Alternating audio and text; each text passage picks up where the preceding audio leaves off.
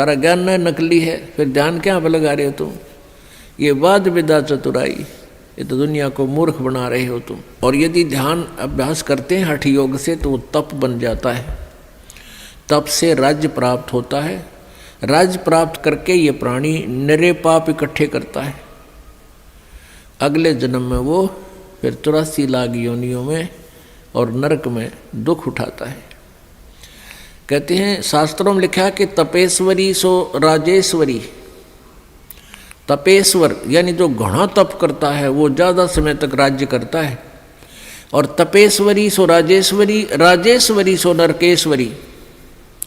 और जितना घना राज करेगा वो घने दिनों तक, ज़्यादा दिनों तक नरक में ठोका जाएगा, उतना ही ज़्यादा उसका नरक तैयार होगा। किन राजाओं का जो भगवान से डरने वाले नहीं, यथार्थ भक्ति नहीं करते। यदि भगवान से डरने वाला राजा हो और सत साधना करे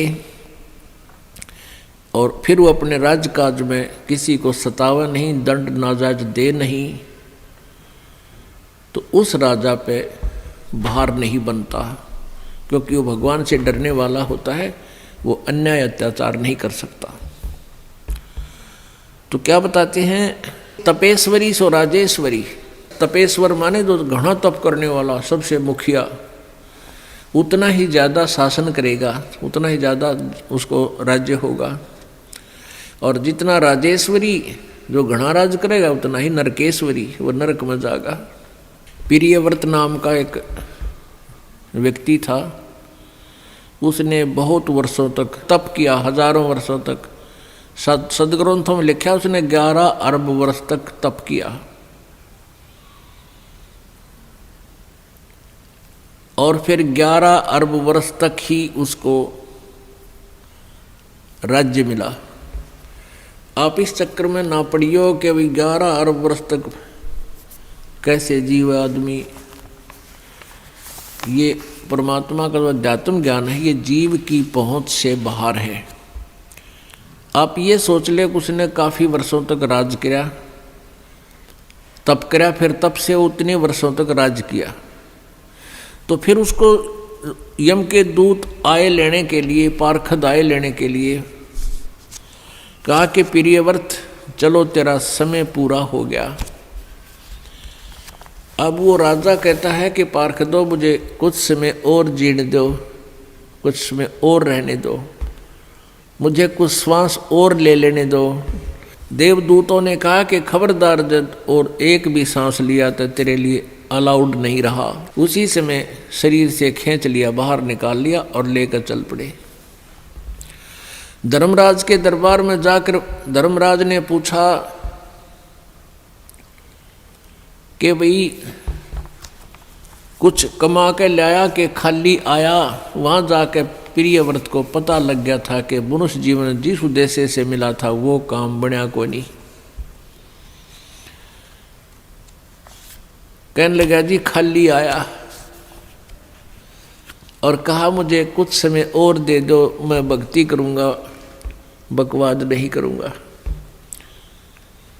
अब धर्मराज ने कहा भाई मैं तो सत का राज करूँ हूँ, जिसा जिसने किया उसा फल देता हूँ, मैं ना घटा सकूँ ना बढ़ा सकूँ, ना तो फिर दोबारा मनुष्य जीवन नहीं दे सकता। तने 11 अरब वर्ष तक तप कराया था, इतना इतना राज कर लिया। और ये जो भक्ति करनी थी इसमें कोई सांस भगवान के नाम पर तने लाया को नहीं। अब नरक में जा बेटा, ठोक दिया ठाके, वहाँ कोई ना सुनता। एक तपस्वी था, उसने एक शिला पर बैठकर, पत्थर पर बैठकर काफ़ी वर्षों तक तप किया।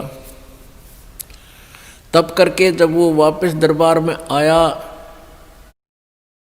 तो न्यायाधीश ने पूछा, उस धर्मराज ने पूछा, धर्मराय ने पूछा कि भाई तपस्वी अदल करूं कि फजल करूं। अदल मीन न्याय और फजल मीन रहम। तो तपस्वी ने कहा कि मैं न्याय चाहूँगा कि मैंने तो तप कराया है डट के। कहने लगा न्याय करो। धर्मराज ने पूछा कि तूने जो तप किया था किस चीज के ऊपर बैठकर किया था? कि शिला पर। वो शिला तेरी है या मेरी? धर्मराज ने पूछा, जिस शिला पर बैठकर तूने तप किया था वो तेरी है या मेरी? अब न्यू कह मेरी है तो लिया क्यों नहीं ठा के सिर पे? ने बोला ना, आपकी है। अब मेरी शिला पर तूने बैठकर तप किया, अब बेटा उसका तू मुझे फल दे, उसका तू फल भोग। उसका प्रतिफल क्या?